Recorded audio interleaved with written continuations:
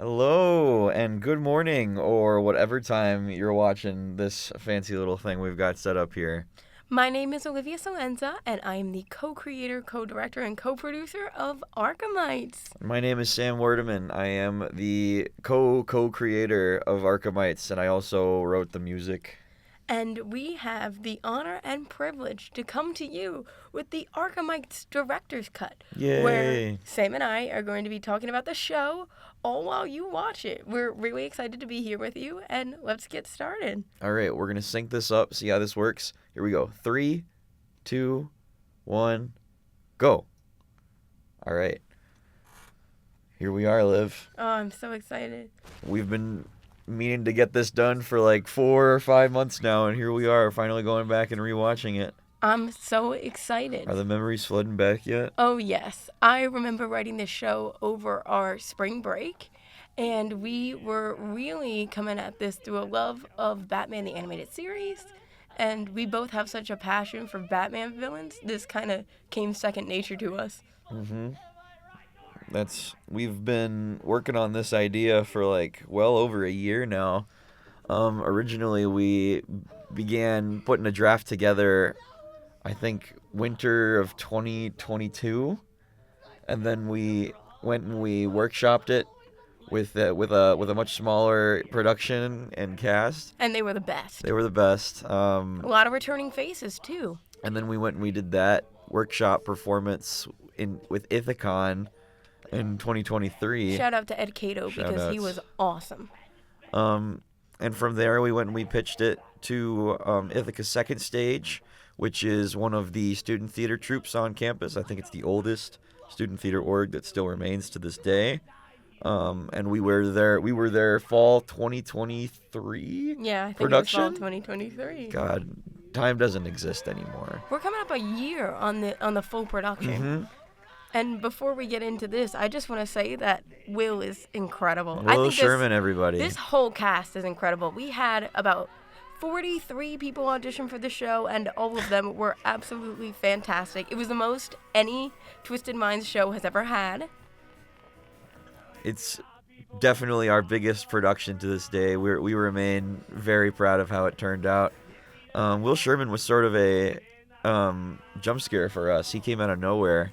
Well, he was sick the day that he was supposed to audition, and I just happened to run into him with Ithaca, and he was like, "Oh, I was sick yesterday, but I really want to come in, and I want to sing, and we're going to see how this goes." And he ended up singing Bo Burnham, and it was awesome. Yeah, he sang the entirety of Welcome to the Internet, which was not the kind of thing that you'd expect for a Joker audition, but I think that's exactly why we were so impressed. And we didn't have the heart to tell him to stop. No, we didn't. It was the entirety of that song. Which is like 4.5 minutes. We were like, hey man, you keep going. And look at our little goon squad go here. Yeah, I don't know if we can use that word anymore. I think it's been claimed by the internet, but we'll call them like how about the henchmen? Okay, we'll call them the henchmen. The Joker henchmen. In quotations. In quotations. Which was a small team of folks that we brought into this version of the show as we decided we wanted to do understudies. And so the Joker gang was sort of the natural evolution of that. Yeah, and the thing is, with this show, we have never needed understudies as more than we needed them in that moment. Absolutely. Because this show was such a monstrosity in its creation, in its production. We went all out. And these people really gave us their all, and I couldn't have been more grateful. And they're like my second family now. Yeah, the understudies had a very big job because we had so many conflicting schedules and everybody was so busy and not everyone could make it to every rehearsal, so they'd step in for that. They had their understudy runs. Some of them even had to end up going on for certain performances. Yeah, let's talk about Bridget. Please bring Bridget in on this. Special shout-outs to Bridget Brow. I hope that's how we pronounce her last name. We love her forever. Who came into this as our Joker Harley understudy.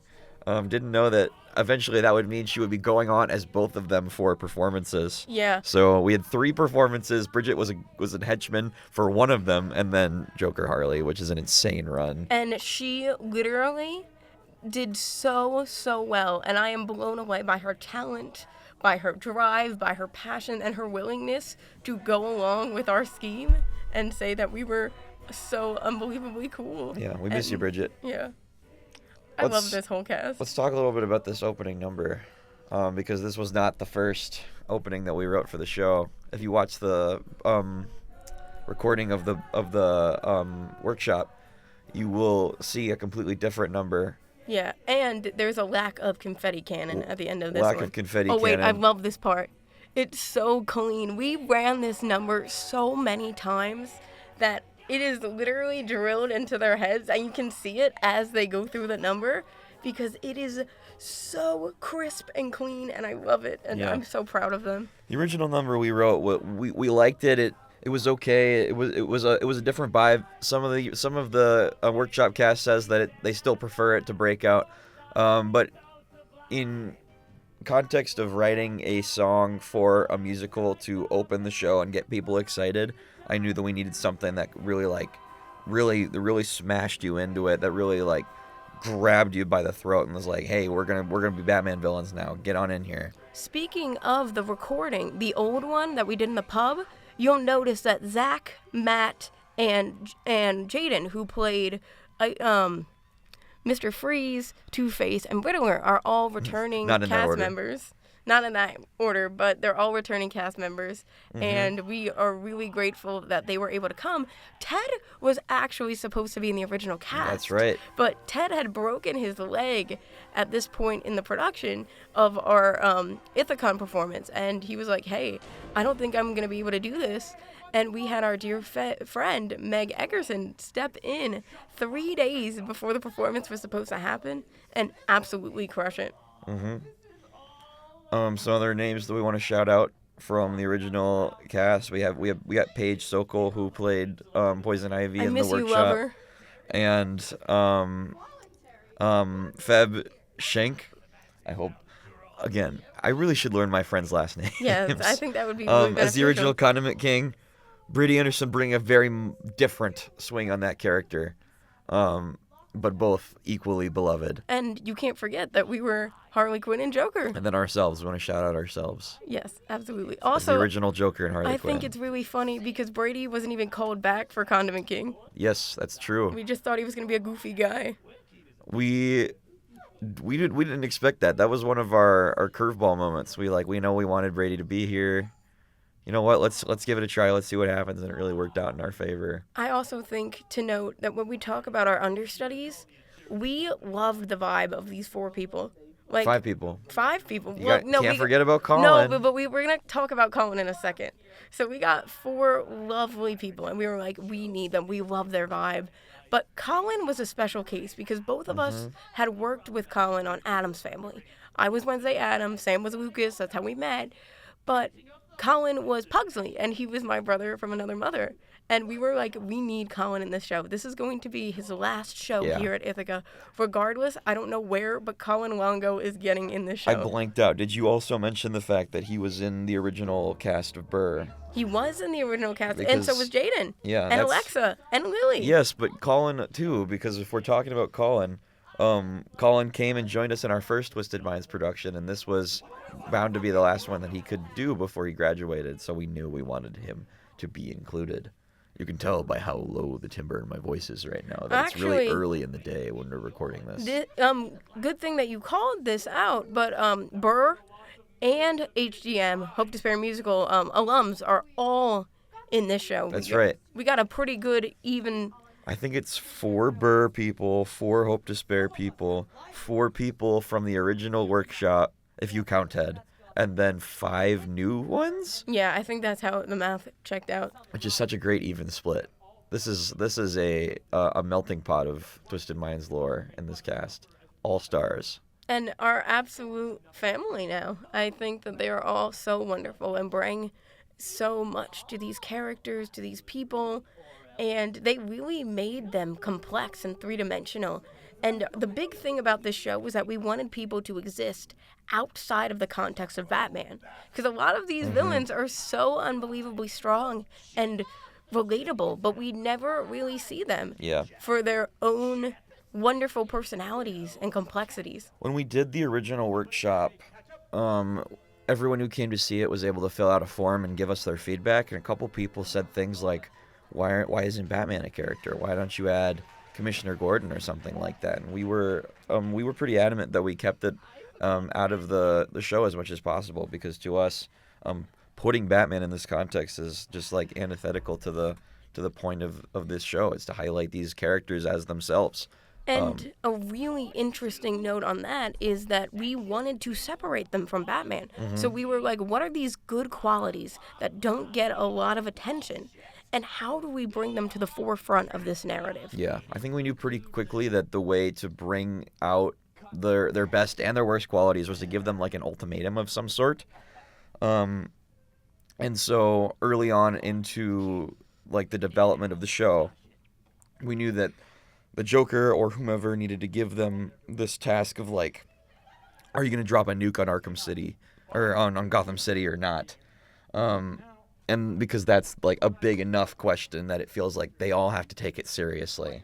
And because we were trying to do things without Batman, that left us really stumped for a lot of our characters. Like Catwoman, she was not in the original production because we thought that Poison Ivy served her role well, and a lot of her entire existence is based off of stealing or Batman. Yeah, well, we should say it's not necessarily that we were stumped. It's that it's like we didn't include Catwoman. It's like, is she really a villain these days? Like you said, is there anything that she can bring to this dynamic that isn't already given to us by Ivy or Riddler?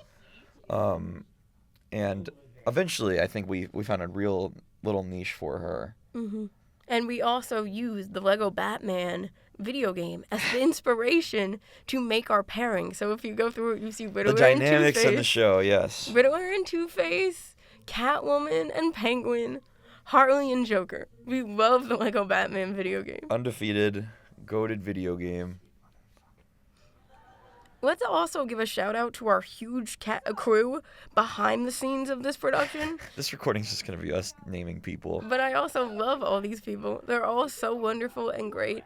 And they really brought this show to life in ways that I don't even think either of us expected. For example, getting these buttons. Oh, it took forever. It took forever. These buttons came maybe like 3 days before the show. But they incorporated them greatly. And if you see, this is the only scene where all of the buttons are out, because then we start like pushing them out of the stage to the point where like only certain characters need them during their specific songs when they press the button. But like this is the only time you see them all on stage. Yeah. Another noteworthy item to point out are the blocks that the cast are sitting on right now.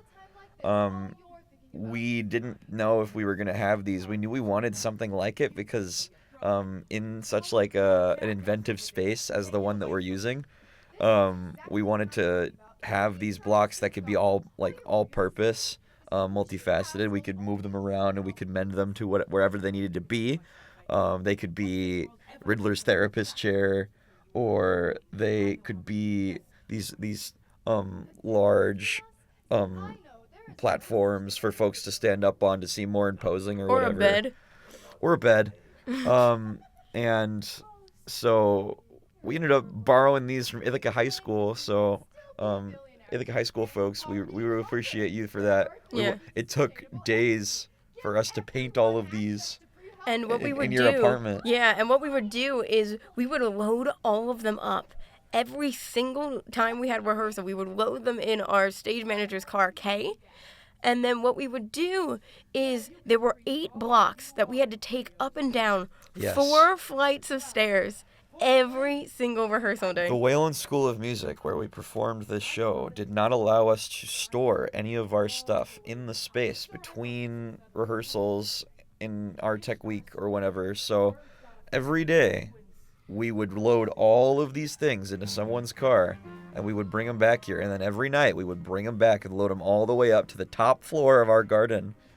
And it gave us some really massive muscles. Yeah, it builds character, I think. We're getting into the Penguin song here. I love Ted. This is like one of the first songs that I finished for this show. I don't I couldn't tell you what headspace I was in. Oftentimes I can recall the exact headspace I was in when I was writing a song. All that I remember about this one was I was at my grandma's house when I did it. And it did not take very long at all. Something about it just instantly clicked.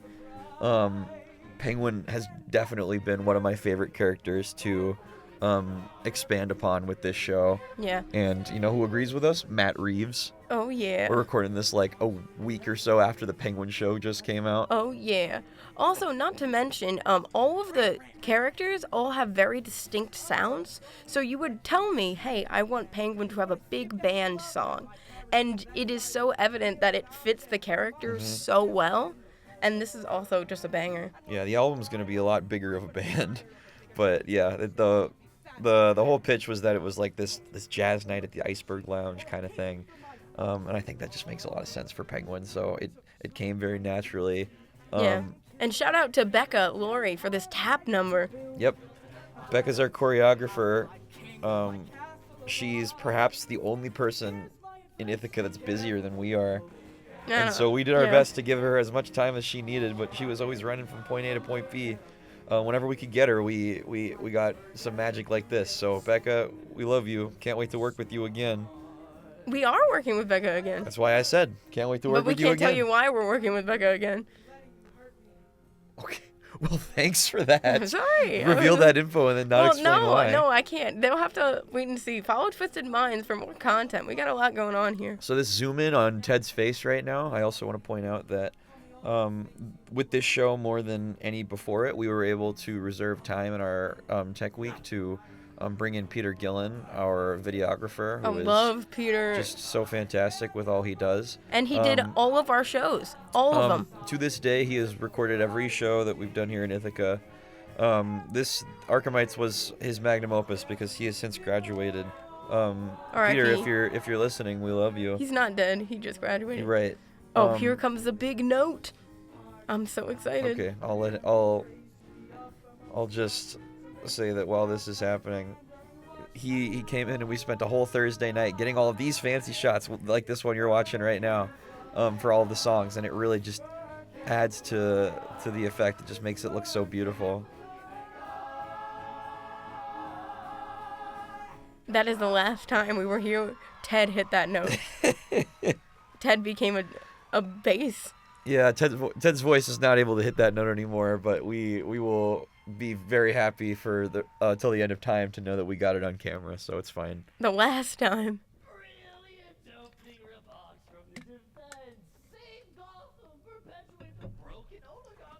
So it's crazy for us to think about which lines managed to make it through the original draft all the way over here, and wordy lines like that. Yeah, and how they've changed, too, because I don't think a lot of the original stuff from the original Ithacon performance really remained untouched. Yeah.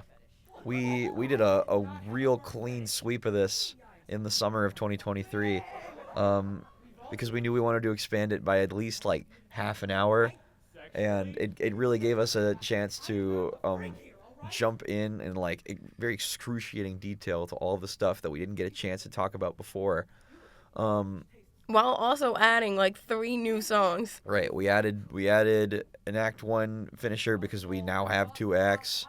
The Catwoman song. We added the Catwoman song, and then we changed the opening. Is that the third one you're talking about? Yeah, there you go. And the biggest thing that we wanted to tap into with this new draft was the relationships, because this show is nothing without its characters. They are the reason it exists, and so giving them a chance to understand each other a little bit more, tapping into the dynamics that we were most interested in. Penguin gets a lot of humanity with his relationship with Catwoman. We get a deeper understanding of both Riddler and Two-Face by how much time they get to spend with each other. Another thing to note is that if you see all of the costumes, a lot of them were made by our wonderful costume designer, Felissa, but they were also all secondhand. Right. Most of the stuff that we did was we went to a lot of thrift stores in the area, or people literally bought their own costumes because they wanted to be able to carry this with them, and that made me really, really happy. Felissa was real big on renewable costumes, like not dipping into the carbon footprint at all and making that happen, and we really appreciated that. Yeah, she also had us send out this big PowerPoint where people could kind of share costume pieces, and then we all interchanged with each other, and it was awesome. Yeah, you'd put a picture in there, and it would be on someone's slide, and it's like, here, I have this, and then someone else would come over to your side and be like, hey, I have these for you. And it ended up being a real nice, like, crowdsourced way of getting everything, and whatever they didn't have, we just went out and we found in, like, Plato's closet or whatever. Yeah. Another interesting thing was that most of these costumes remained with us, meaning that alongside those blocks that needed to be taken up and down my apartment stairs, Right, we had to carry all that we stuff, also too. needed to carry these costumes. The Two-Face costume is also really interesting because it was sewn together. Like, they took two pieces of fabric, We did have to take two sewn different them coats. together, and it's really, really cool. Okay, so any of the music sequences were blocked by, if they weren't choreographed by Becca or staged by Liv, and they were staged by me, and this was one of the few that I was like, I want to touch this one. This one's going to be my footprint. Superimposed was written for the workshop, but it came very late in that process because I was struggling with Riddler for a while. And I think what happened was I had an idea during a songwriting class that I was taking in the School of Music. And during the break for that class, I ran over to a practice room and I started plucking things out, and that eventually became the chorus for Superimposed. I knew very early on that with Riddler we wanted to explore his own mental insecurities and how busy it is up in his head, and so I wanted to maybe phrase this song like a panic attack. Yeah, I was going to say that. And so a lot of the staging here is designed to feel very like claustrophobic. And like pulsating, just to reflect the fact that Riddler is breaking down in the like as this song is going on. With this song specifically, we've had a couple people come up and say like you were able to put to words my own mental insecurities or my own like neuroses very, very efficiently, and I mean, I haven't been diagnosed with anything, but to all of you out there, I say I'm happy that I was able to capture that in some way for you. Again, a lot of this show was making you be able to relate to these characters, to make them feel personable, to make you, if you thought about this show too hard, we wanted you to cry. Like, you start laughing, but then you end up crying because a lot of these stories are really sad. Yeah. And we just really want to make sure that we are playing on the emotions to these wonderful and well-known, colorful characters who aren't normally given the opportunity and space to be their own people. And it's the oldest Batman joke in the book at this point to talk about how Batman's a billionaire that goes and beats up people living with mental illness. And I think even we play on that joke at some point in the script, but truth be told, I don't know how many Batman narratives I see that like take a moment to say, hey, actually no, these are real people who are dealing with like real conditions in their heads, and they need help as much as anybody else. It truly only takes one bad day. Yeah. As much as it works for the formula to say that all that happens is that they get arrested and then they go into jail and then next week they break out and the whole charade goes on again, and that's the way that we keep the villains that we like. We don't kill them, we just put them back in prison and they break their way out. It's interesting to look at this from the angle of what if we actually analyzed them critically, not in such a way that's like we're not therapists, we don't have degrees. We did talk to therapists. We talk to people who do have degrees, but it's not our place to decide what is wrong with these people. But we did want to take an opportunity to highlight their individual experiences and the things that they struggle with. Yeah. So, like, for example, we don't want to put a label on what Riddler's going through, but if you see a little bit of yourself in him, then we're not going to tell you you're wrong. Also, shout out to Asbestos Batman. The only time you see Batman, Right. while you were going on through this, Batman was being tossed around. He is the only interpretation of Batman in this entire show. And we got him, well, actually, our friends got him for us. And he was given to them for free because he's got a lot going on and definitely looks like he's haunted. On the original Ithacon performance, some of our friends went up to the mini merch stores that were up in Emerson Suites, and they found one guy who had a bunch of old Batman merch, and in there was this battered, stained, stain-ridden old Batman plushie. Who's falling apart. And he looks like he's filled with asbestos, so we call him Asbestos Batman. And they were like, how much? And he was like, you know what? You can just take it. As if he was some, like, cursed item that he was just trying to get rid of. And now we knew that he needed to go into this production. And so Riddler beats the hell out of him. And then gets tossed off stage. Yep, and that's the only mention of Batman in this show. Which, it's worth noting, for a while it wasn't going to be. We talked about cutting that line completely. Because we were like, do we really want any mention of Batman at all? One of the songs that I finished that never even got into a draft of this show was a love song that all of the villains sang together for Batman. With Joker's part being exceptionally longer than the rest. Right, so do with that what you will. And we liked it. We thought it was a lot of fun. It's a nice song, but it really didn't have a place here, and it felt counterintuitive to what we were trying to do with these characters. And so we just, you know what, I swallowed my pride a little bit, and we just didn't bother to try and make it happen. Well, we'll see what happens. We'll see what happens now, you know. Yeah. It's worth noting that there were a bunch of ideas for the kinds of villains that we would want to incorporate into this show. I wanted Baby Doll in this show so badly because I think she's such an underrated villain. And she talks about beauty standards and what women have to go through in the industry or in any situation that they're thrown in, because the double standard is absolutely ridiculous. I also wanted Clayface really badly because I think Clayface can not only fill a lot of different facets in the show, but was also such a unique character. But, like, we didn't know how we were going to pull that off productionally wise. That was the reason we got, like, we don't know how we're going to do this is the reason that most of your faves didn't make it in. Scarecrow as well. Scarecrow was the closest, I think. We were Scarecrow has a finished song. He didn't end up having, like, okay, the thing with Scarecrow, not only is his, like, scientist that fell into his work shtick filled in every way better by Mr. Freeze, but to me, Scarecrow as a villain works best as more of, like, what he does to other people. Like as a concept or an idea. Yeah, as an idea. We're getting into Heart of Ice now, and this was my magnum opus. One of two.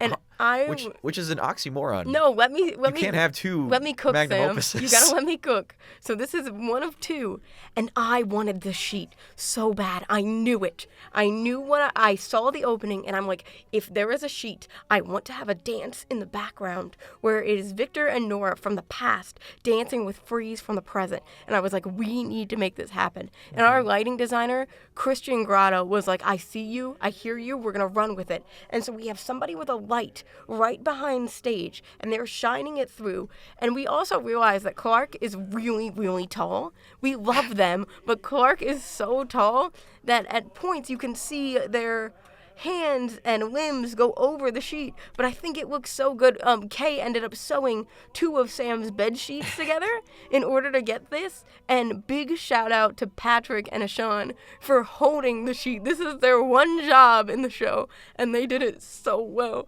Yeah. Go sheet. We didn't figure the sheet out until like the night of the performance. Because it wasn't even in the professional Peter recordings, because we had to work around it because there was no way we were going to get through it or all of the recordings. So we said forget the sheet for that day, and then if it works, it works. And somehow, by some miracle, by spite alone, it managed to work. And then we also have Colin, like, literally beating on beat, and we never told him to do that. It's true. And I think that's so wonderful that he was able to find this artistic side of this song in this anger and passion and rage. And I think he did such a wonderful job. I knew early on that I was pitching the Freeze song as more of like a classical, almost like Hellfire inspired kind of tune.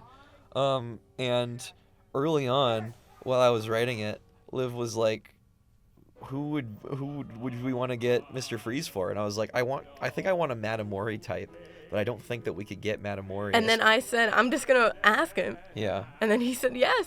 At the time, he was working on an opera, so I was like, I don't know if he's even going to have the time for it, but he seemed really down to do it. And yeah. Thank God, because this is the song that was made for him. Absolutely. Also, not to mention, this is Natalie's coat. And if you saw that big blast of fire extinguisher, that was also something that we needed to fight for, because I was going to die on the hill that we needed a blast of something. I wanted it to be a fog machine, but given the layout of the school, it wasn't going to happen in that way. But OPS ended up giving us 2 fire extinguishers that we could use, and we trained one of our stage managers to do this, and they had so much fun with it. And we ended up having a big blast when Freeze got changed. And we didn't even know if that was going to happen or if it was feasible. But I was like, all I need is possible, and we're going to get through it. Yeah.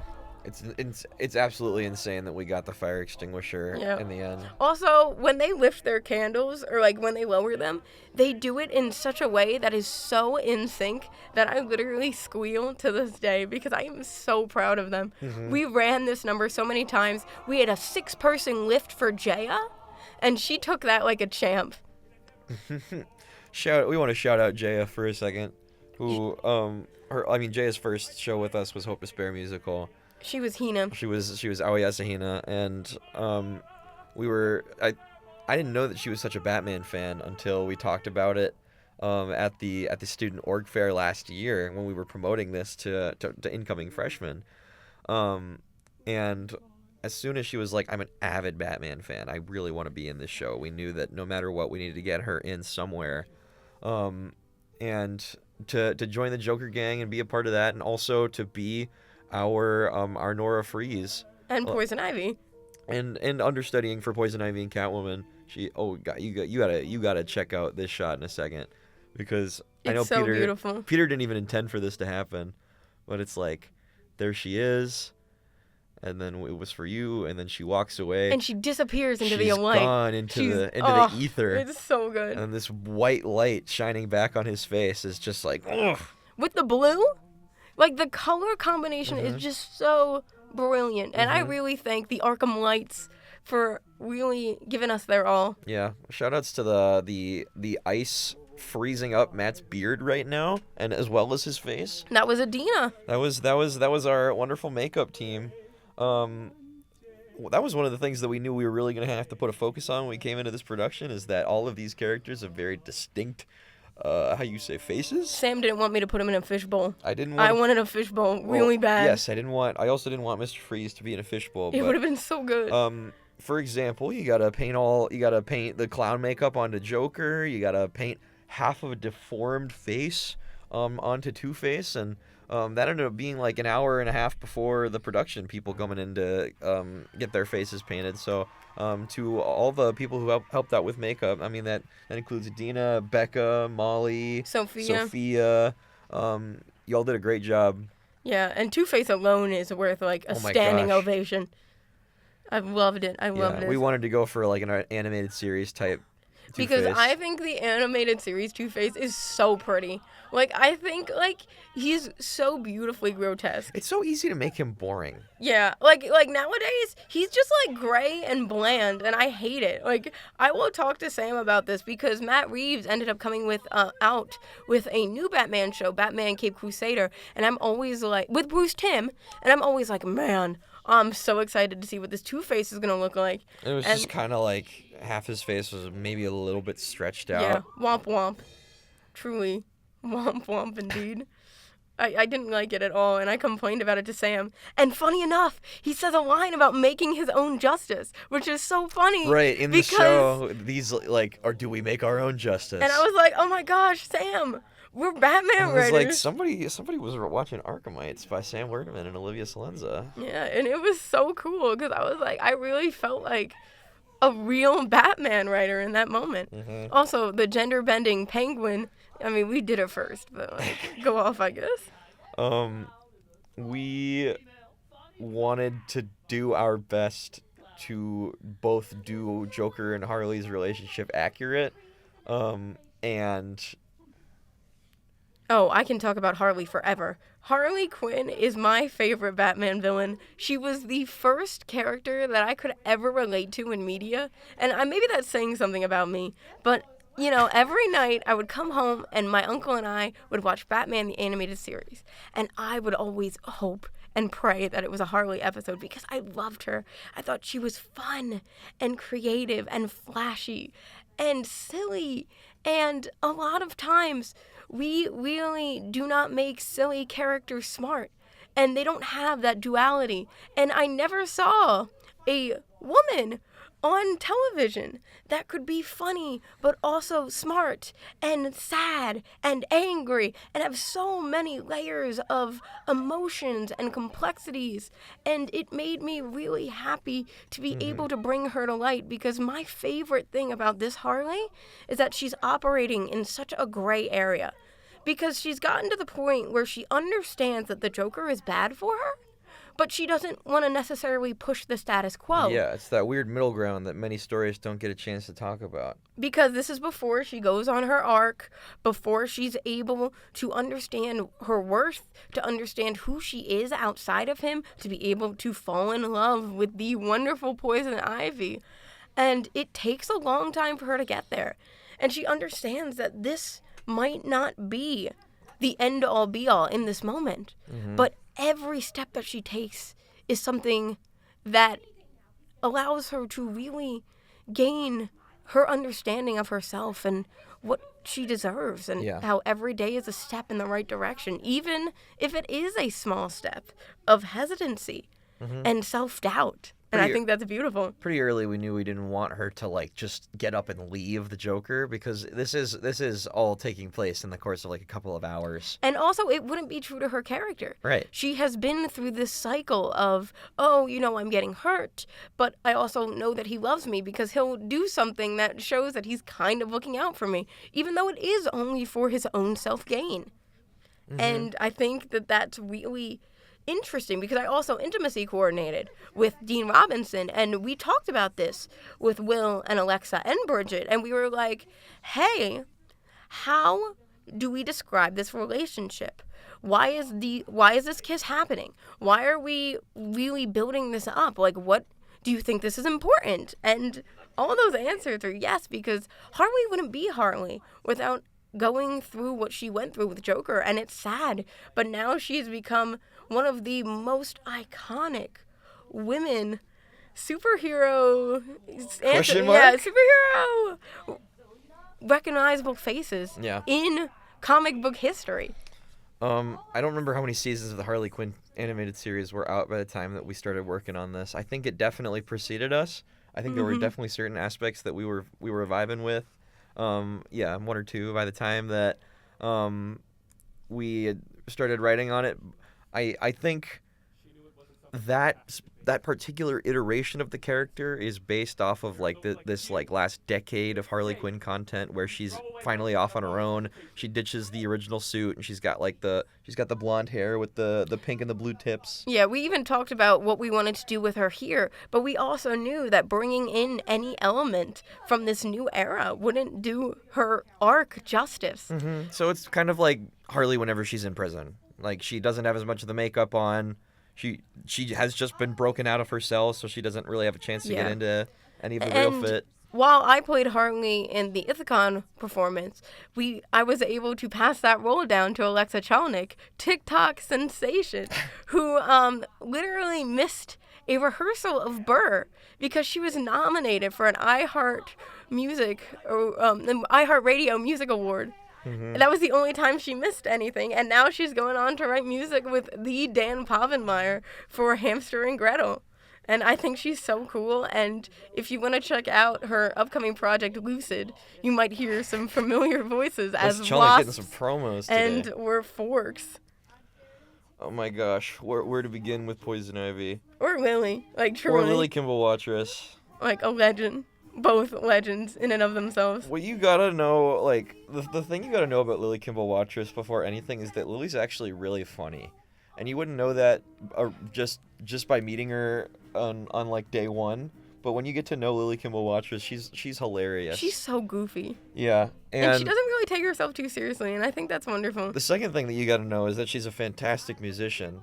And we were excited to bring her on to a second production after she originated the role of Theodosia Burr. Oh, she made me cry every single night because to this day, Never Say Die, the Theodosia song, is my favorite in the entirety of Twisted Mind's history. Oh, well, thank you. And so we brought her in to come and do this production, and she was like, my only condition is I want to get a red wig for Ivy. And then I held that wig captive for months after the performance. Right. We did not take the best care of that wig. We're sorry, Lily. But you did get it back. Mm-hmm. So I do have a finished song for Poison Ivy that I wrote before Grow On You. Which was different. Which was a lot different. It was a lot more wordy. Yeah. I think was the issue with that song. Is that page 8. Paige sang Grow On You. No, page 8. Like 8. Yeah. Like it was 5 with 3, 8. No, Paige didn't. Was it Grow On You? Paige sang Grow On You. Goodness, I'm like, you're what are you so talking right. about? No one ever performed that original song. I'm sorry. I forgot. You made me so confused I for a second forgot about that. Paige did a great iteration of it, and Lily does a fantastic iteration of it as well. I love this shot too. I think that beautiful like light on the red hair. I'm like, that is so burned into my brain. We know we wanted different vibes for all of the like songs when a character comes in, and it's hard to tell a lighting designer I want green for Riddler and then something else for Poison Ivy. And we ended up making her like the whole vibe for this song that I tried to make it was almost like Britney Spears-esque. Yeah, but it looks party-ish. It's like a party. It's like a concert that she's doing this. Like, Ivy is a pop star. Also, what's really interesting to note is that Mr. Freeze is not in this song. Well, that was because Matt wasn't there for any of the Grow On You rehearsals, so we just had him leave. But then we were like, this actually makes a lot of sense because I don't think Freeze would be swayed by any other woman besides Nora. So then we made it like a big character thing. Like forgetting the part that technically her toxins don't work on him for some reason. He's like, who's gonna be a better woman for him than Nora Freeze? And that's the one thing I don't like about the Harley Quinn show. They made Nora like awful. Like at first Nora's like lovely. Yeah, we could go off. But yeah, I don't like that. But our Nora's pretty cool. How to do Ivy justice in our minds was to say, hey, she does give off this vibe of like this confident seductress, like she will kill you and she will look good doing it. But she's so much more than that. Yeah, but deep down she's actually Pamela Isley comes off as sort of an introvert to me. She doesn't like people. She never liked people.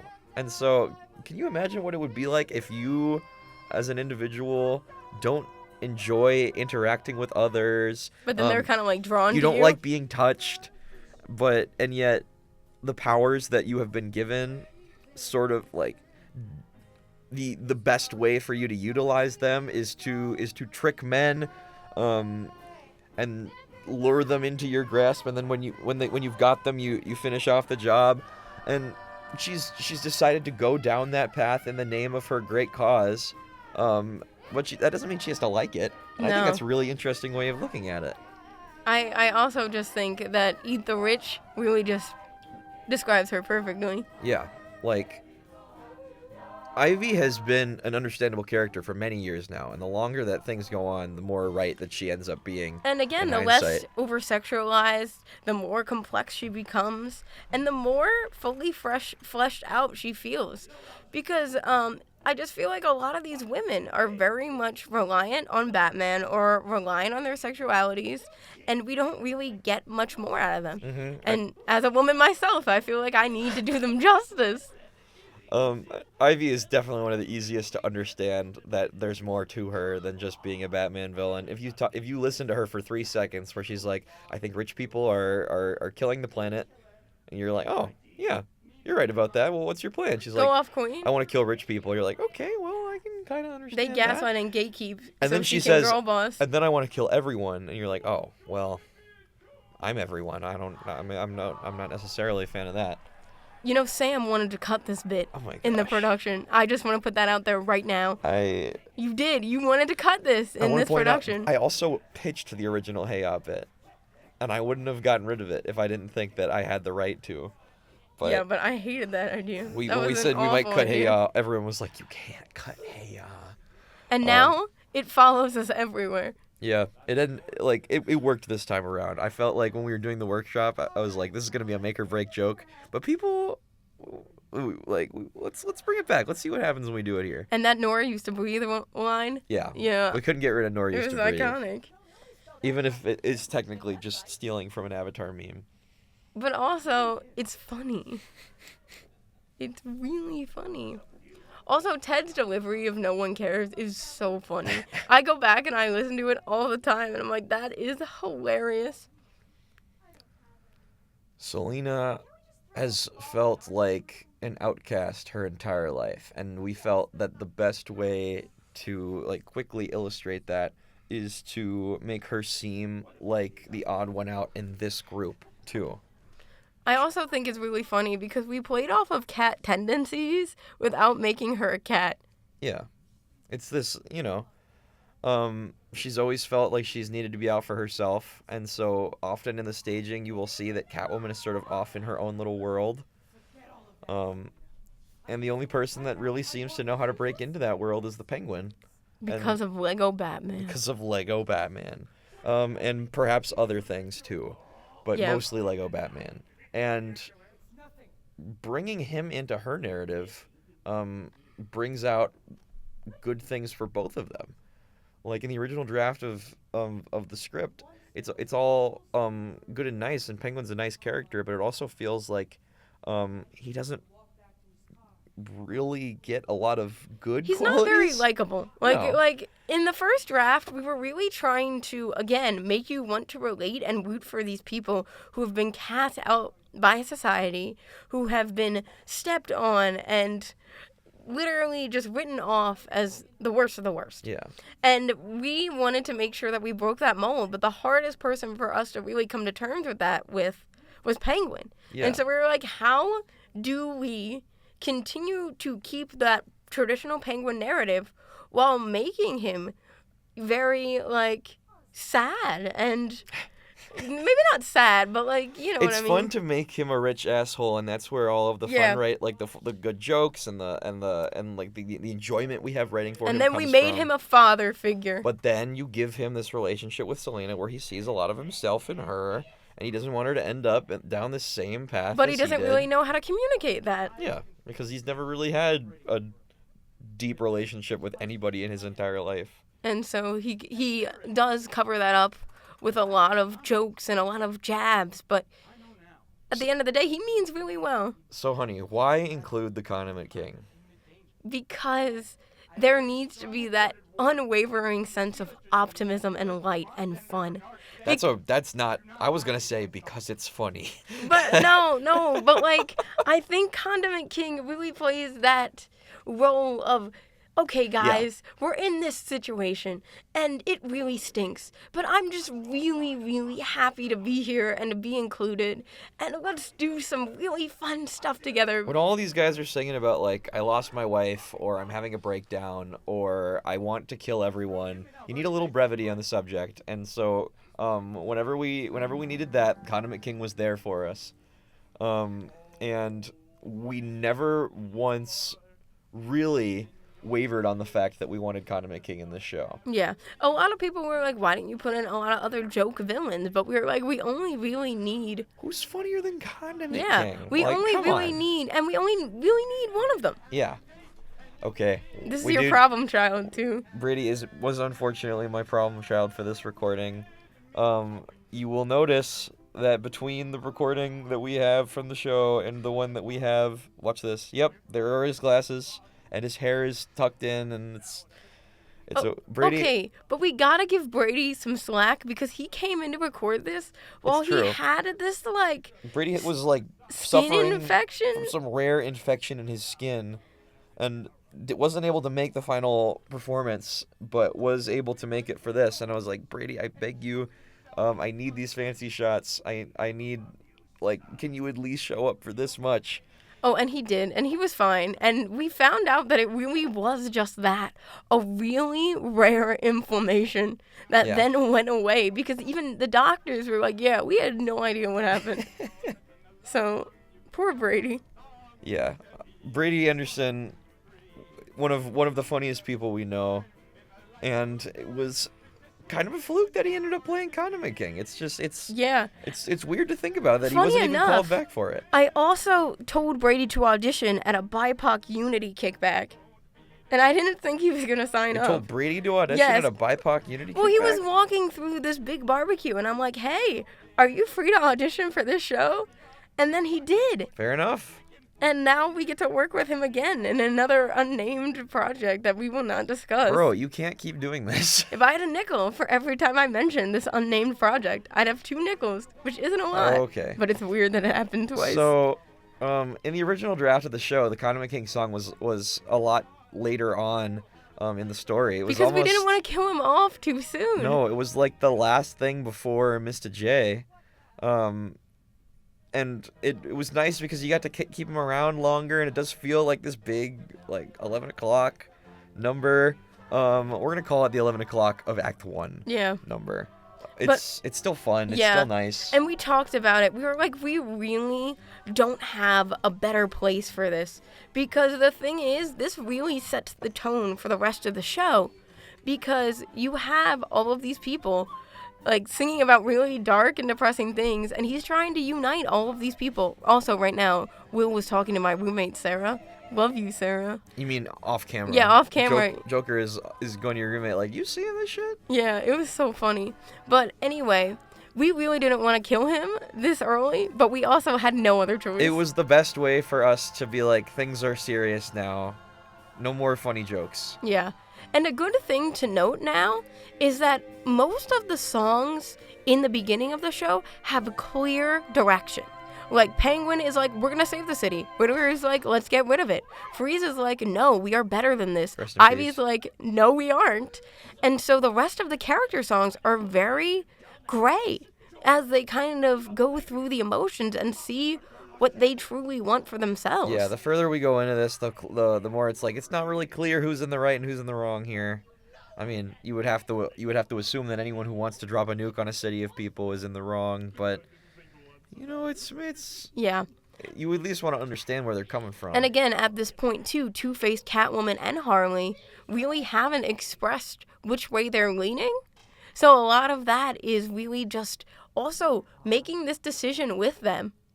We also told the goons at the beginning of this process, ask yourself, would you drop a nuke on Gotham City? Yeah, they all made that choice for themselves. And make this decision for you, but you do not need to share it with anybody. In fact, we don't want you to. And I think you can really see that through them throughout the show and the decisions that they make. Yeah, if you haven't yet, go back and take a look at what the goons are doing in the back, the henchmen, what the Joker gang are doing in the background, because they all have their own little journey that they're going through, and it's really fun to take a look at. Also, they all have names because we worked on character building the second day of rehearsal. So there is Eminem. You better not forget one now. There's Mikey.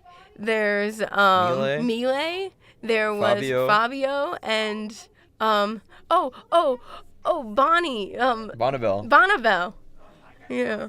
So those were all of our wonderful Joker squad, and they were all named as such in the playbill. Mm-hmm. They were credited as their henchmen names. Brouhaha is one of the new ones that we wrote specifically for the Icy Second Stage production. I think we didn't really have a direction in mind for this song. We just knew it was like, okay, let's end Act 1. Things are going to shit. Things We are kind need of crazy. some confusion. We need something to be going on where nobody really knows where to direct your attention to. The vision was, I'm sure, as it comes no surprise to Putnam County alumni, is like pandemonium from 25th Annual Putnam County Spelling Bee. You also love Putnam County, I which do. is why a lot of these characters have their own individual songs. This show is very much formatted a lot like Putnam County. It's like, let's go check in on X person. Let's check in on Y person. Let's see why their stories are a lot sadder than they give off. Yeah.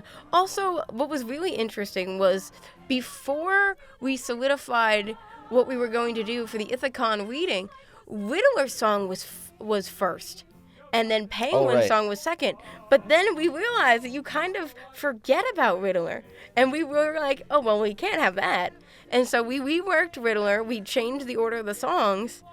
And it was a really decision that I believe benefited the show. Yeah. That random thought brought to you by Olivia Celenza's ADHD. Amen. I don't know why somebody put a mic in front of me. This is really bad. I'm just going to keep talking. There ended up being this like, it's almost like you're going to church a little bit at this point in the song. You're gonna like it when we have this album out because we got to bring in the church organ. It's gonna it's You a brought lot a of fun. church organ? Well, you know, I'd call it like a church Hammond organ. That's so funny. And then we got those step claps in there too. Yeah. We spent all of the spring semester going downtown to this tiny little shack studio. With huge dogs. Yeah. Shout outs to Jordan and Running to Places, who also did the sound or helped out with the sound for this production, along with our good friend Will Shanton, who was our sound designer. The Arkhamites. The Arkhamites. They went and they helped us with the album recording process, and that was a lot of fun to get the gang back together and bring in some new instrumentation. We have like me and 4 other instrumentalists backstage for this recording. It's me, it's Ash, it's Carson, it's Alessio, and it's Val. Love Val. We love all of them. Yeah, I love all of them. And we had a blast back there giving the music, but with this extended budget for the album, I was able to bring in like a whole string section and a horn section, and digital instruments and new percussive instruments, and it like is able to bring this music to the next level, and it kind of helps me realize it to the fullest of my vision. So I'm super excited. On an alternative note, Colin just threw money at the Joker. I thought it was a really important. Was to it know with there. the cash gun though? Was it with the No, money I gun? wanted to get the money gun, but you wouldn't let me. I didn't and want to there's get the the money confetti gun. cannon. I did give in on the confetti I cannon. wanted like 7 of them. Yeah, and but I Sam wouldn't let wanted me. a clean stage, and so Okay, but we were never going to get a clean stage because now I think is a really good time to mention our wonderful team of stage managers. It started with Kay, who was our head stage manager. and then our ASMs. And then we had ASMs, Anna, Hannah, and Hannah. Try saying that 3 times fast. One day we'll have an ASM named Anna, and we will complete the Punnett Square. Yeah. But the funny thing is, if you were to look at this chart of stage tape that we used, there was literally 14 different colors on the stage right now. Yeah, but that's meant to be there. The show can go on with the tape on the floor. No, but we you have to gotta clean understand. up the confetti. No, but then we were trying to clean up the confetti, but thinking that some of the markings were also confetti. It was really a time. We added the game show very late into the script writing I wanted to do a process. game show really badly.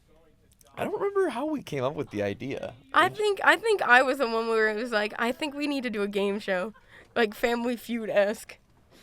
And then we played it in the 24-hour live, and it was really funny.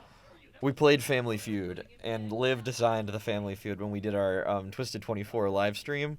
And I think there's a reason that these questions are like focus group tested before they're brought out. Because Liv, like one of the questions that Liv gave us was top 10 interesting facts about Aaron Burr. Which, you know, applies to Burr the musical. But I, having written that musical and done the research to write it, only knew like 2 of the factoids. But they were really cool. And I think collectively everyone else maybe got 1. Yeah. Joke's on you, though. You think I'm focused.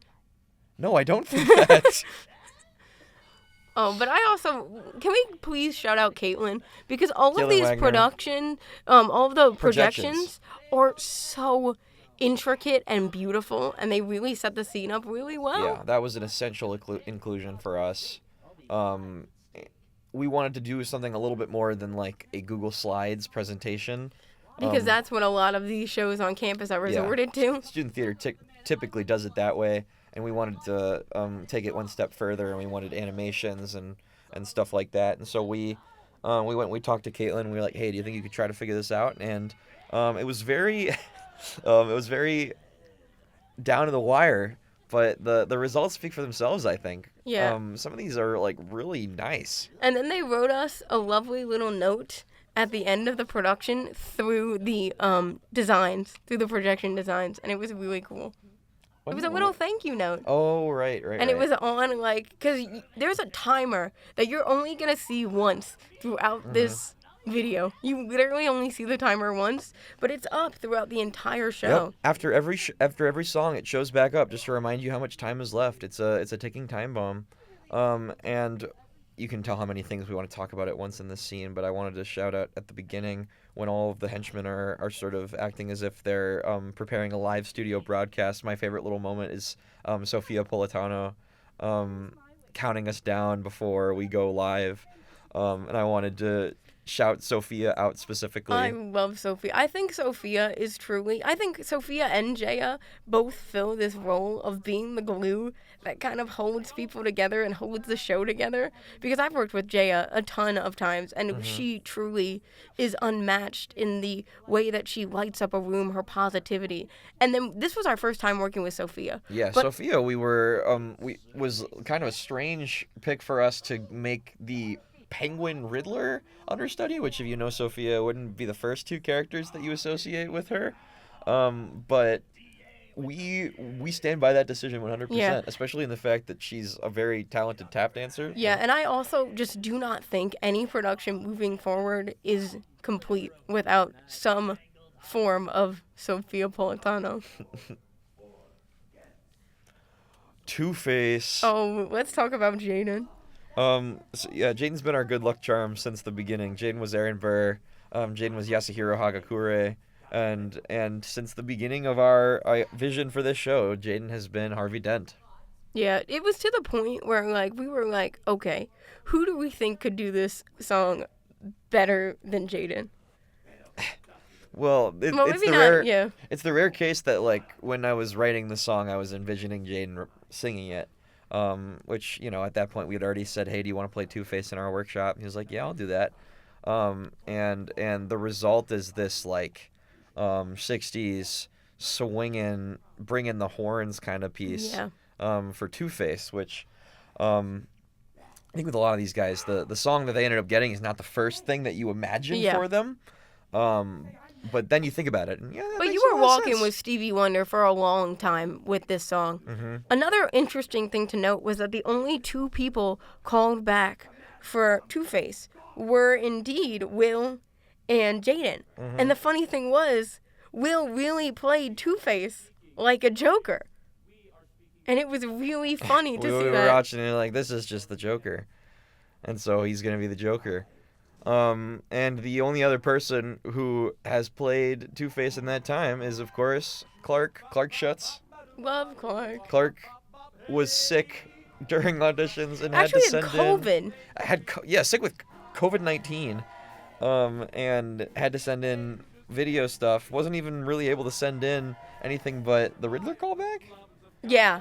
Couldn't sing the Joker part at that So time. that was a gut call, and what a call it was. Clark is so great. Yeah. Oh, you're going to see little Javier. He is Who's Javier, hon? He's the babysitting mama bear. There he is. Yeah, Jaden kissing a baby over there. Yeah, and I had a video game where you could slide the Wii remote in the back. Keep your eye open. There he was. Yeah, and he went just flying. flies off the stage. I was literally like, can we please get a baby in this scene? And this was a big collaboration between me and Becca. Because I kind of started with the opening because I wanted it to kind of act like a political campaign. Because that's what I was looking for. But then any of the more intricate dance, that comes from Becca. We're telling the Harvey Dent story here. To me, Harvey Dent is most interesting when he has a very set, strict code of ethics that he follows, and he believes that like he must adhere to it. But he's also being given an immovable object in the form of a system that is just broken from the bottom up, and he does everything he can to fix it, but he ends up plummeting into his own insecurities and his own aggression, and ultimately the way that he takes control of his fate is by accepting that he can't control his fate. Yeah, which is kind of an oxymoron, but go off, I guess. Yeah, he's a little wrong about that. Yeah, but he doesn't know that yet. Also gonna shout out this cast one more time in the fact that this was one of their favorite songs to run. They loved this. They ended up coming in after, I think it was like the day after Halloween, because we were like, we need to run this song a couple times, because Becca was throwing a lot at them at the time. So they all came in bright-eyed and bushy-tailed after Rocky Horror Picture Show on a Saturday morning, and we worked for like an hour to make sure that this song looked as good as it possibly could,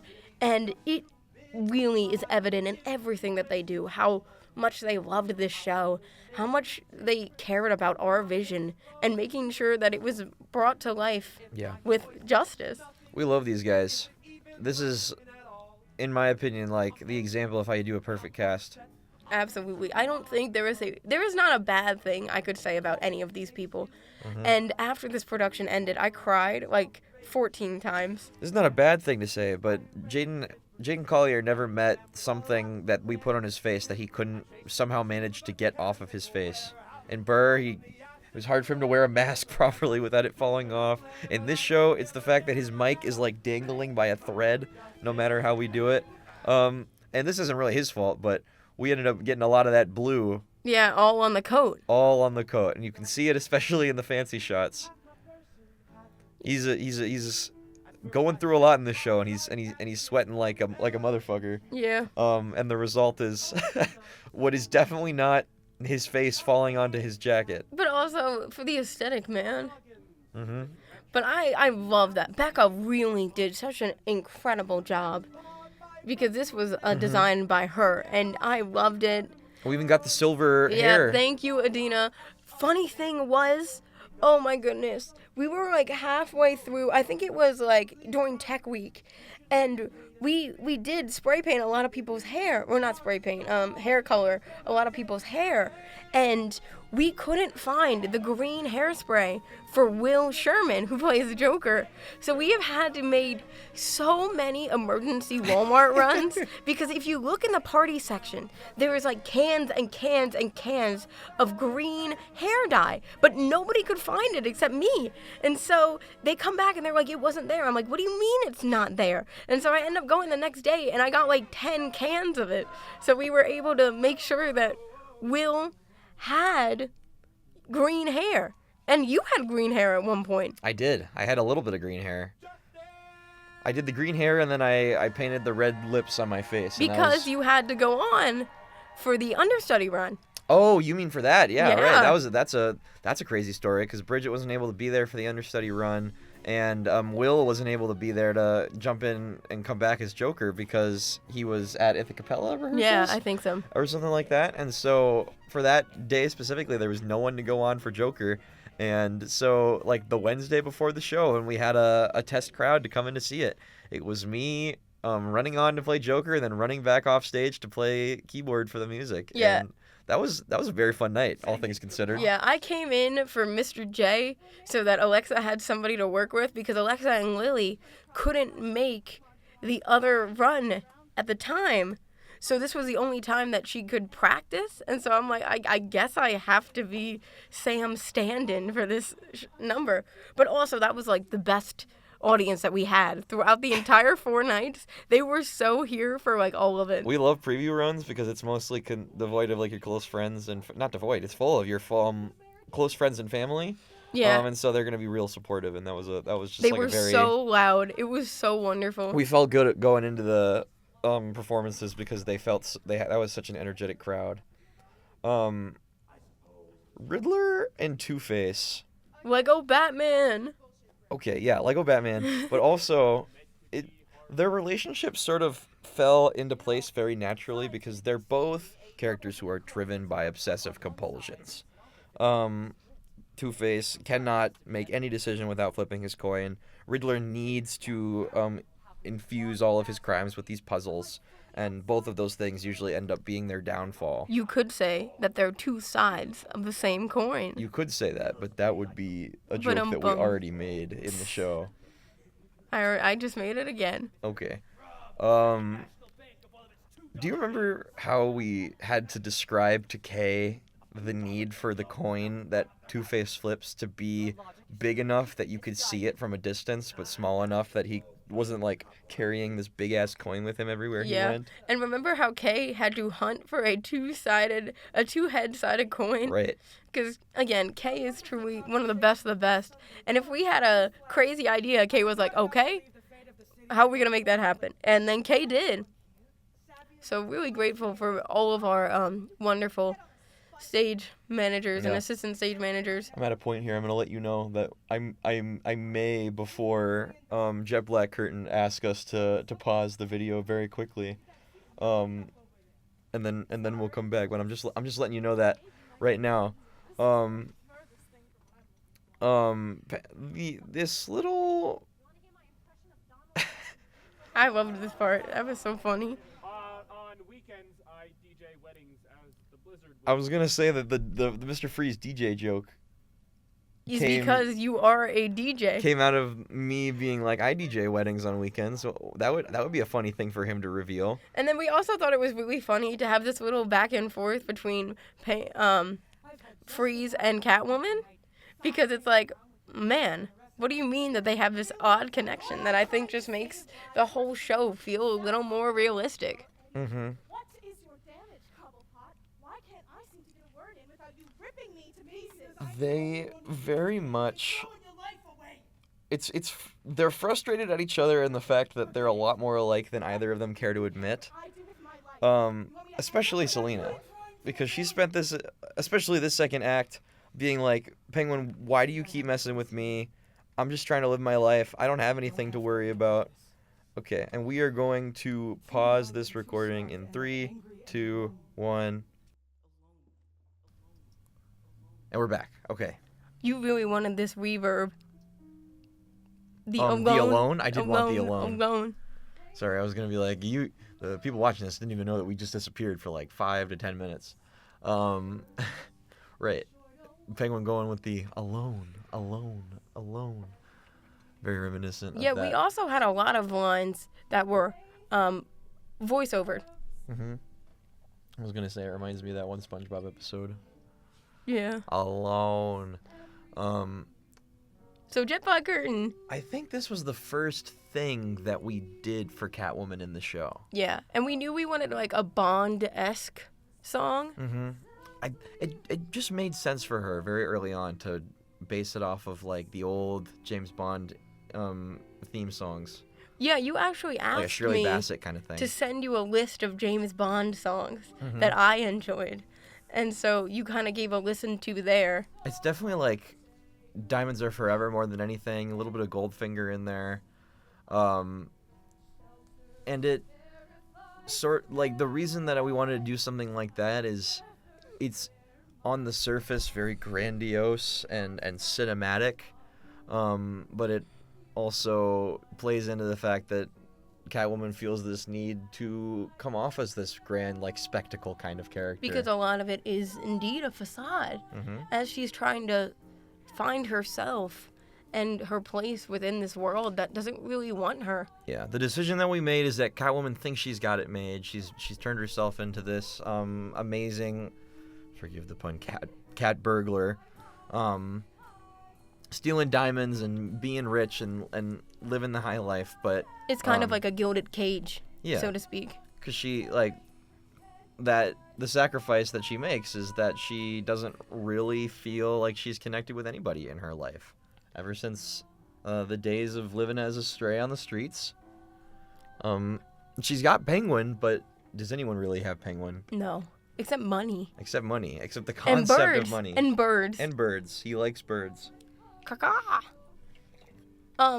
One thing that I'm gonna say is this: when when you sent me this, I literally knew that this was one of my favorite songs that you have ever written.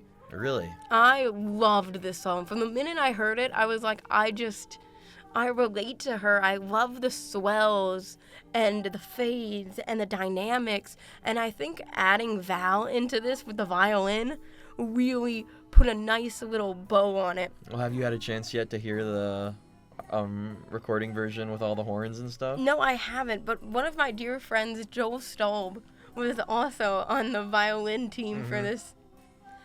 Also, a very interesting thing to note about this song is that Sam didn't want to do the key change. And I'm like, you have to do a key change. I'm always Please like, do a key change. it's always 50-50 with me with key changes because sometimes they just feel like a cheap way to keep the energy going. I didn't want to have a key change in every song in the show. Oh, this is one of my favorite shots in the whole It's like that rotational thing, Yeah. and it's so good. I love it. But Liv convinced me to try the key change, and I liked what we ended up doing with it. I don't think the song would sound the same without the key change, because it's just this swell of emotion and energy and rage because she's upset that she allowed herself to be in this position where she needs to be shut out and shut off from the world in order to exist and keep the energy that she has going.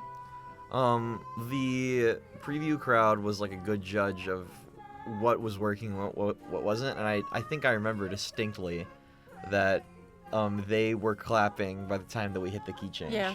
Rachel Fadlon, Natalie's mom, was indeed crying. Yeah, I feel like that might be for reasons other than the fact that the song was good. But Maybe it was her daughter was Catwoman, It but could be like that. go off, I guess. Natalie Fadlon, what is there to say about Natalie Fadlon that hasn't She already was been also said? my former lover, as I was Makoto Naegi, and she was Kyoko would Kirigiri. really appreciate if you elaborated every time you mentioned someone as your former lover. So, as a former lover, I've had a couple of showmances. My one was in Hope Despair, and me and Natalie, who are best friends, we got to act opposite each other.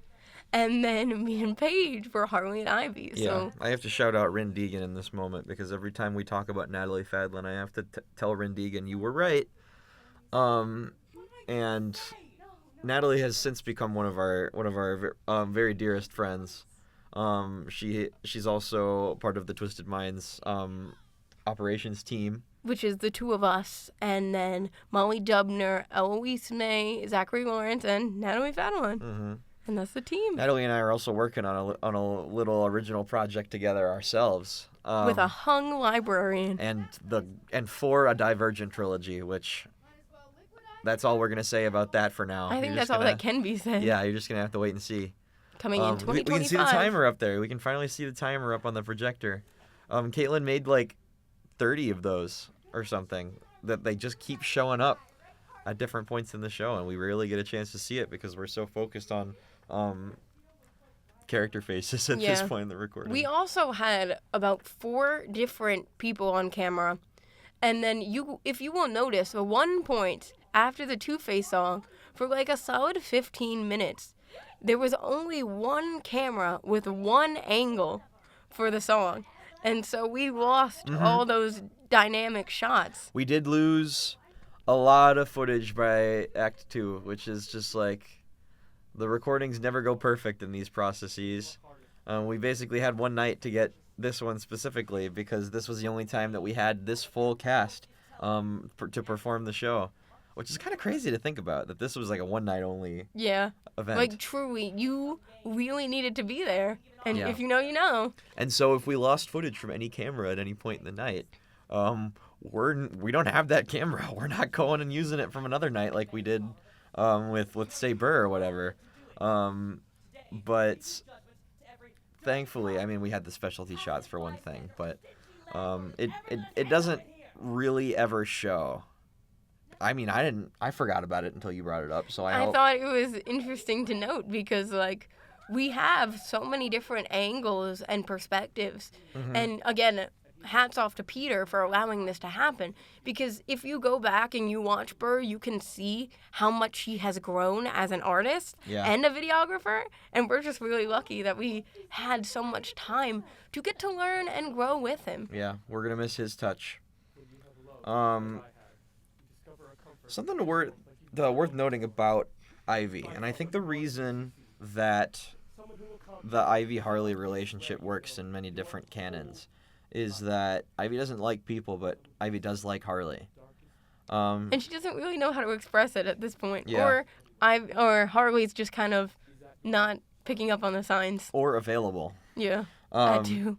And in many canons, it starts because Harley was Ivy's therapist in Arkham.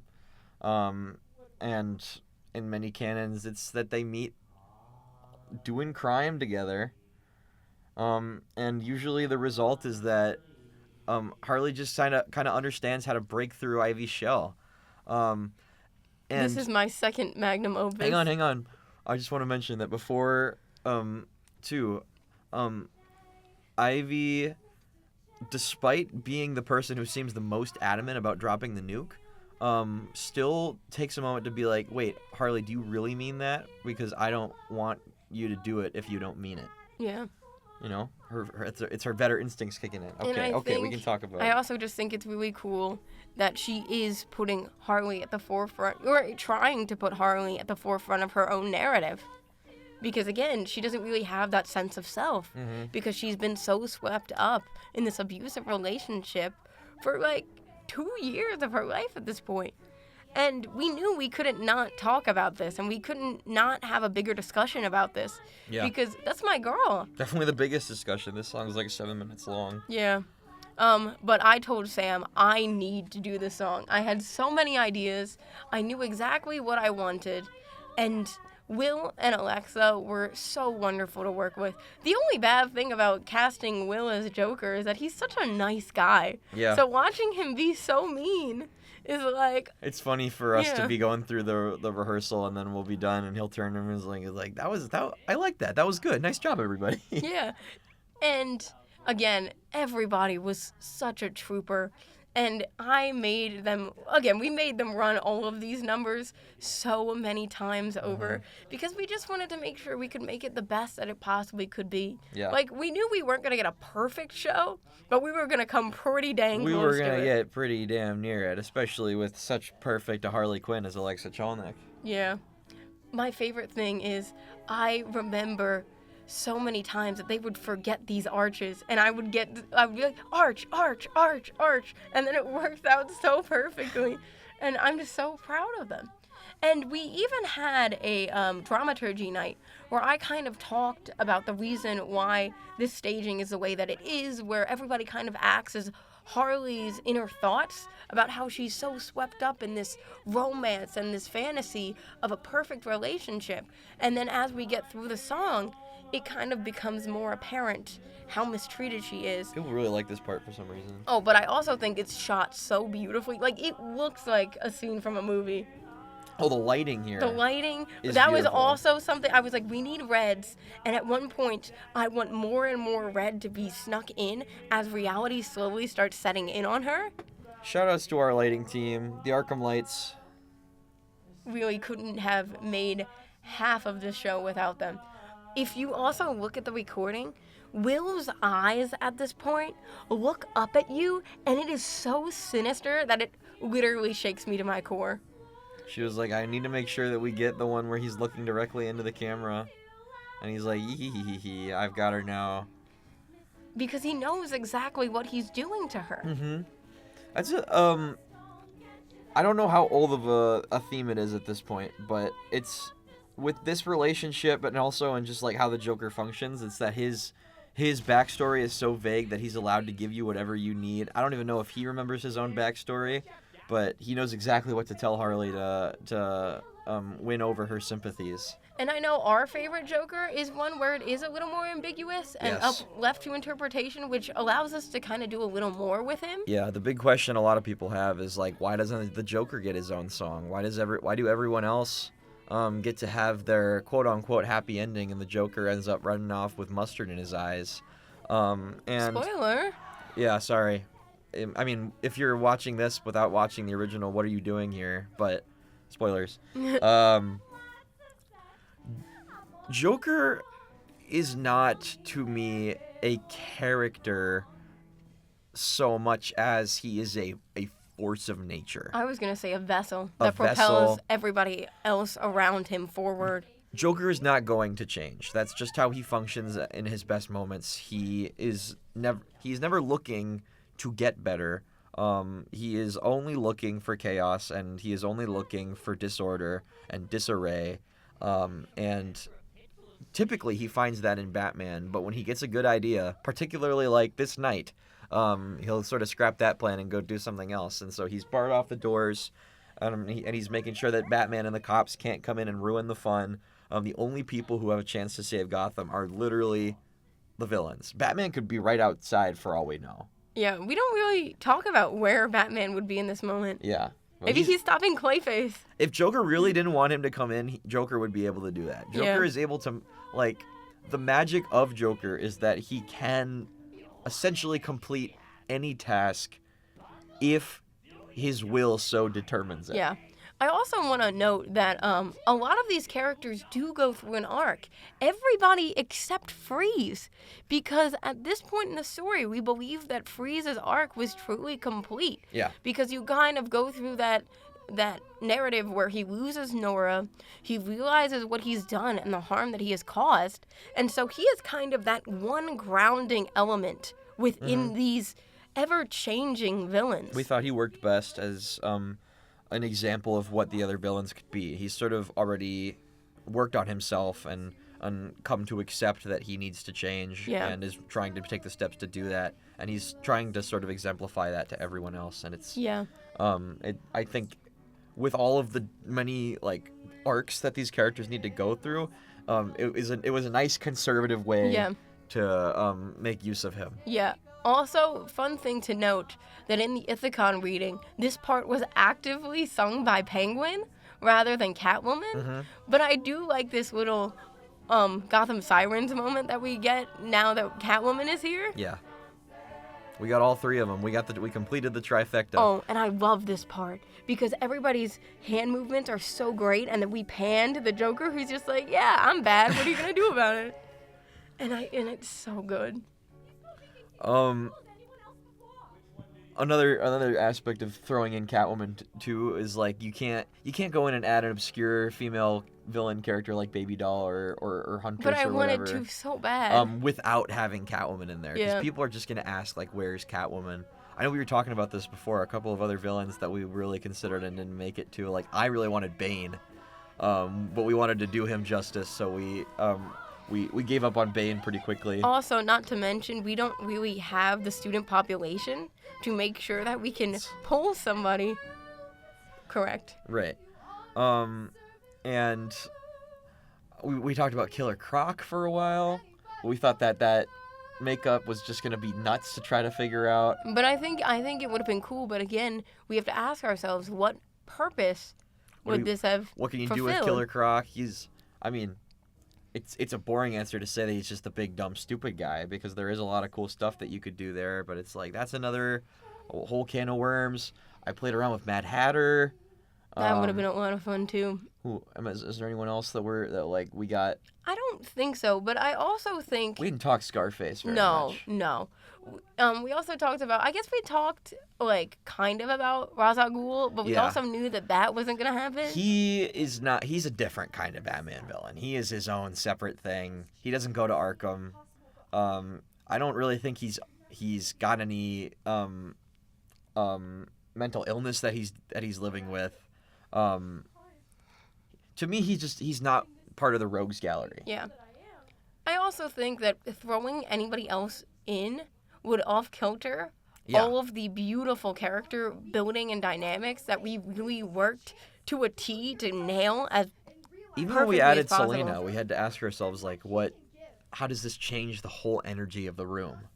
Like, we have this momentum going with these specific characters already, and we love all these guys and how they fit in this room. How does adding anybody to that equation completely change the narrative? And we were answering that question with how does everybody get here? Is it Joker that brings us here, or is it someone like the Music Meister, which would be funny to be Well, you there. threw out that idea a couple of times. I liked it as like a logical explanation for why people are singing in the moment, but we threw that idea out pretty quickly. We thought about Commissioner Gordon being here. I think we mentioned that earlier. But when we put these guys together in the room, it just made sense. Yeah. And I love this Harley moment. I love this monologue where she has that moment where she is able to fully comprehend everything that she's kind of been through, and how there is that nervousness and there is that hesitancy to take that next step. But I love how the villains come together to support her, because I know that they see better in her and they know what she deserves. By the end of the night, it's like you're starting to really feel the camaraderie between these guys, which I think is there from the beginning, as like, you know, there's this generally understood, we are villains, the system has failed us, we all hate Batman. Yeah, and you have those separate dynamics working within that as well. So you have, you know, people who work better with each other, but then you have to think about how they all function as a collective. Well, there's something about this night. I mean, they're about to have the fight of the century, and that may counteract this argument that I'm making right now. But by the end of it, there's this silently understood bond between them all. Like we've got each other's backs. That being said, here they are trying to rip each other's throats out. We wanna briefly shout out Eloise May, who is another one of our great friends. Junko Enoshima herself, who was our fight choreographer. Yeah, for and this I show. think nobody could give us the chaos that we needed like her. Yeah. We really felt like we wanted a scene like this to show these guys at their lowest. The bomb is about to drop. They can't seem to come to an agreement, and most of them are like this close to accepting that millions of people are about to die. And so we really wanted to feel the weight of that. And so, punch, punch, punch. And I also think it's really interesting that the only thing that can really get Freeze to break is Nora. Like, Freeze's big motivation is Nora.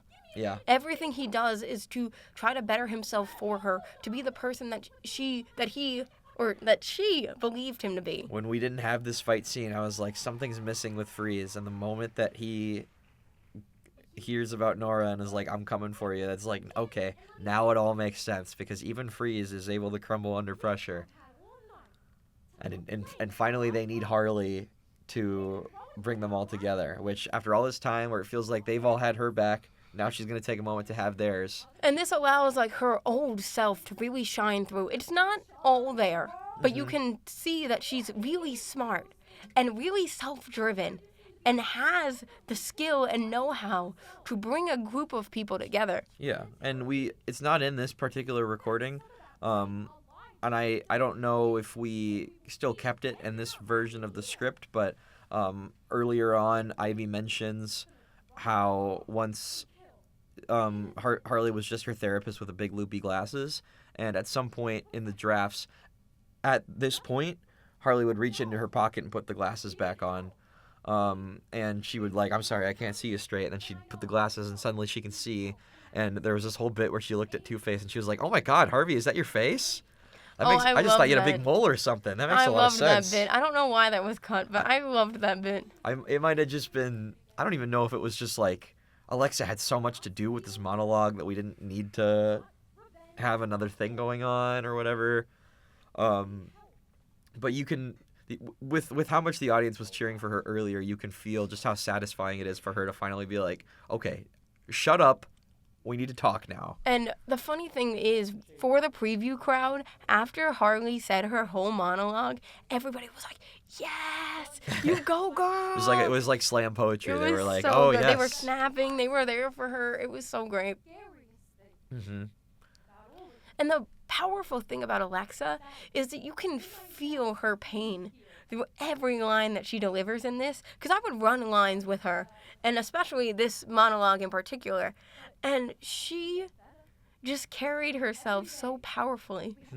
I think we made it clear to her very quickly, like, this is sort of the point of everything in this show. This is all what it's coming back to. It's that these guys have gone through a lot, and understandably they have lashed out, and they've resorted to anything that they can do just to get some kind of attention, just to get some kind of worthwhile satisfaction out of this system that has failed them.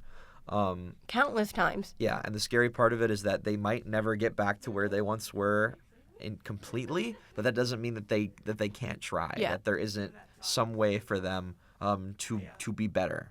And, we talk about this a lot, and we mentioned it earlier. All it really takes is one bad day. But the thing is, when you feel as if the entire world is against you, and no matter what you do will not get you the attention or the care that you need, and you really just feel like you've hit a brick wall, what more is there for you to do? You can either choose to lash out and dig a deeper hole for yourself, or you can little by little work your way back. And that's the decision that Riddler is ultimately grappling with right now. And because we haven't had a chance to do it properly yet, I just want to shout out Zach Lawrence. Yeah, truly a powerhouse of a performer. Byakuya Togami in the original Hope to Spare cast. TikTok sensation, apparently. Not from the Twisted Minds account, yeah. I guess. We'll go with it. Just go with it. A couple of videos with Zach in them have gotten like maybe 50, 100,000 views or something, and so it's like, yeah, I mean, yeah. Also co-wrote another upcoming project with you. That's right. Zach and I wrote Despair Girls musical, and now we're co-writing Goodbye Despair musical together. Super excited. Zach is a very intuitive mind, and I'm not saying that just because we're the same person. But something about his very specific way of handling things just lends itself so well to Riddler, in that when we were thinking of this cast for the workshop, oh gosh, maybe almost 2 years ago now, Zach was like top of the list very early on. Yeah, and it also helps that Zach and Jaden play very well off each other and have been doing so for about 3 years. It helps that they're both just really funny. Yeah, well, I mean, Zach and Jaden were Percy and Grover in Lightning Thief. They were Byakuya and Hero. And they are just friends outside of what they are doing too. So they are able to learn off their cues, understand how they play. If you ask together. fan fiction writers, I guess Riddler and Two-Face might be a little bit more than friends. Yeah. But... And also, I guess, if you go off of how we've written it, they're a little fruity. So when we were editing this together, I was like, Liv, I need the timer to be on the screen. Can I overlay it onto the footage of them talking? And the compromise that we came up with was that it was going to be like in the corner down here. Is that right? Yeah. Well, because I didn't want it to like obscure everything that was going on, because this is a very important moment. And, a very big moment for them to finally have like conversations for Harley to help Ivy, for them to come together and do something for themselves. This is worth noting. I want you to pay attention. Ivy never actually presses the button. She doesn't get a chance to do it. Joker stops the timer before she has a chance. So we never really know what decision Ivy was going to come to. Right. We told Lily about this. What we told her was, and Jaya, what we said is, think about whether or not you believe Ivy was going to push the button, and then never tell us whether or not you actually think that. A lot of people couldn't tell us whether they were pushing the button or not. Yeah. We're not going to tell you. I think we both have our own belief of what actually happened. Yeah. But we want to leave that up to you. Do you think Ivy was going to push that button, or do you think that Joker prematurely stopped his own plan from happening? Also, it's fun to note that both Sam and I gave ourselves one line throughout this show. Oh, right. Mine was that when he goes, "You're the Arkhamites," I go, "Woo!" And then Condiment King asks for, Alberti bass in C major. and then you say, At least buy me a drink first. I wonder if there was ever a draft of this show where we didn't expect Condiment King to come back, because No. there's just something so remarkably funny. And you can hear the uproar of Yeah. everybody, too. When he says, "Is that mustard?" and the instant realization of like, no way. Like the fact that he comes back is. I think our ending is very bittersweet. I think like this is a very big victory for all of them, but it is the stepping stone to a bigger fight that if they you think have about to it- all have with each other If you think and about it, themselves. the way that we got rid of Joker was with a joke. Yeah, but boom. That remote almost killed someone. No, it killed Penny's mom. It almost killed Penny's mom, and Penny is Brady's girlfriend, and she came up to see the show, Ah, and her mom was almost killed because we wa- didn't know that he was gonna break it. I wonder who didn't get the Hidden Valley Messiah bit. Like the joke there was meant to be like ranch dressing, Yeah. like a Hidden Valley Messiah. But also, the funny thing about this part particularly was that Brady was gone for all of Tech Week. So a lot of things that happened in this recording were a little skewed because Brady was trying to regain his footing as this character that he wasn't practicing for throughout the entirety of Tech Week.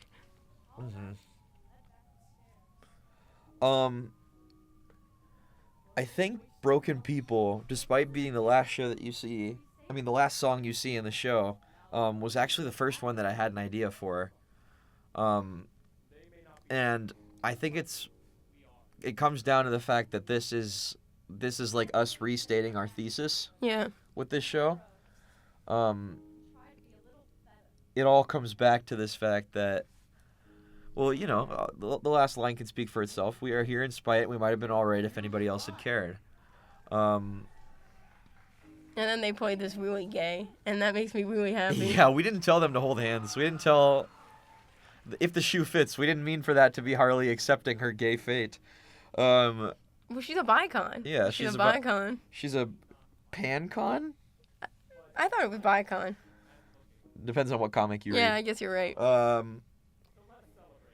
And I think it's really important that Freeze delivers his last monologue Yeah. because he was this very grounding villain that had already gone through everything, and he wanted to help these people find their way too. And to give him a chance to sort of guide people through this last chapter of the piece. It's just a great way for them to collectively unpack not just tonight's experience, but their experiences, period. What do we want you to think when you leave this show? Well, first, we want you to think, wow, that was a pretty good show. Yeah, I think that's the first and foremost thing. Ideally, you come out thinking that. And then we get you thinking, like, what can I do to help the people around me? What can I do to make sure that even in our hardest days, we're going to end up all right? And that we're there to not only support ourselves, but support the people who continuously lift us up, who continuously check in on us to just with a simple, hey, how are you today? Because it proves that you matter. Yeah. In the grand scheme of things, you have changed people's lives for the better. You are a child of parents, you are a sibling, you are a niece, you're a nephew, you can fulfill so many different functions as a human being, and you matter. Warner every Brothers, day. don't be afraid to tell bolder stories with these characters. They're allowed to exist outside of Batman. I think the fact that the Penguin show is doing so well, the Harley Quinn show is doing so well. I was going to talk about the Joker movies, but it sounds like the second one's not so good. What about the podcast, the Riddler and Harley podcast? The Riddler podcast. There's a Harley Quinn podcast. Go listen to those. These characters they've become so much more than Batman. They are so multifaceted. There's a reason people love this Rogues Gallery so much. Only Spider-Man gives it a run for its money, and I would argue that even Spider-Man can't quite come to the same heights as Batman's villains. I think that's why Batman the Animated Series functions so well, because it's not really secular. Yeah. What it does is it really allows you to have those episodes that don't necessarily follow a particular storyline, but allow you to just get to know these strange and wonderful people who with so many problems. If you are trying to tell stories with characters that aren't yours, don't be afraid to push the boundaries a little bit. I mean, always keep within copyright, of course. Yeah. I also think that us here at Twisted Minds want to do more with our art. We believe that there are important stories to tell that aren't normally given the platforms. We want to advocate for people and make people feel as if they can be seen as anything and everything that they want to be. There have been stories where people have come up to us and been like, hey, I never imagined myself being a love interest or a main character. And we allowed them to have that opportunity. And I think we are doing something that really brings people together in ways that they otherwise wouldn't have gotten the chance to do. With a show so ensemble-driven as this, you get a chance to make the cast feel like a tight-knit family, and I think we did succeed in that. And one of our big things when we make Twisted Minds Productions is building a community that everyone that comes in can feel safe and welcomed and like they have a place here. And it's just It's the heartbeat of what we do. Yeah. Twisted Minds is, we like to say, it's complicated stories about complicated people, and when we bring this remarkable group of complicated people in to tell it, that's the way that we succeed. And we find a family because of it.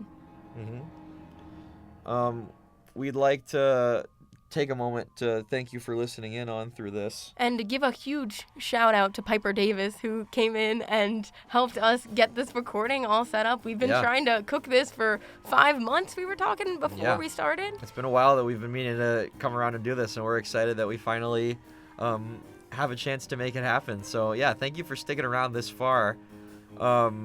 And as always, follow us on all of our platforms. Yep. We love to share our works and our ideas with you. We love to hear your feedback. We love to just have you along for this crazy journey of ours, because we really couldn't do what we do without you. And if you're an Arkhamites fan, please consider donating to the Arkhamites GoFundMe for our cast album. We're still trying to hit the last couple goals that we need to hit before we can release that out into the world. And we know we want to get it to you. What we have so far is sounding so great, and the only way that can happen is with a little bit more help from you, our wonderful community. So we're going to have the link to our GoFundMe in the description of this video. Please go check it out if you can.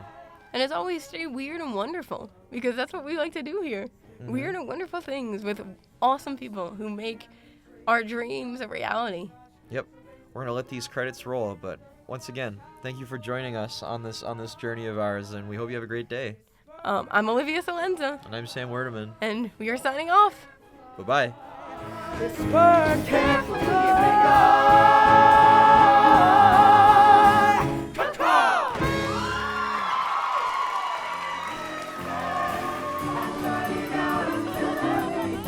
That's just true, ha ha. That's just true, ha ha. Don't you think I can see? That's just true, ha ha. That's what I said. True, ha ha. That's true, ha ha. It's gonna get you. But that's the law. True, ha ha. That's true, ha ha. It's gonna get you. That's the law.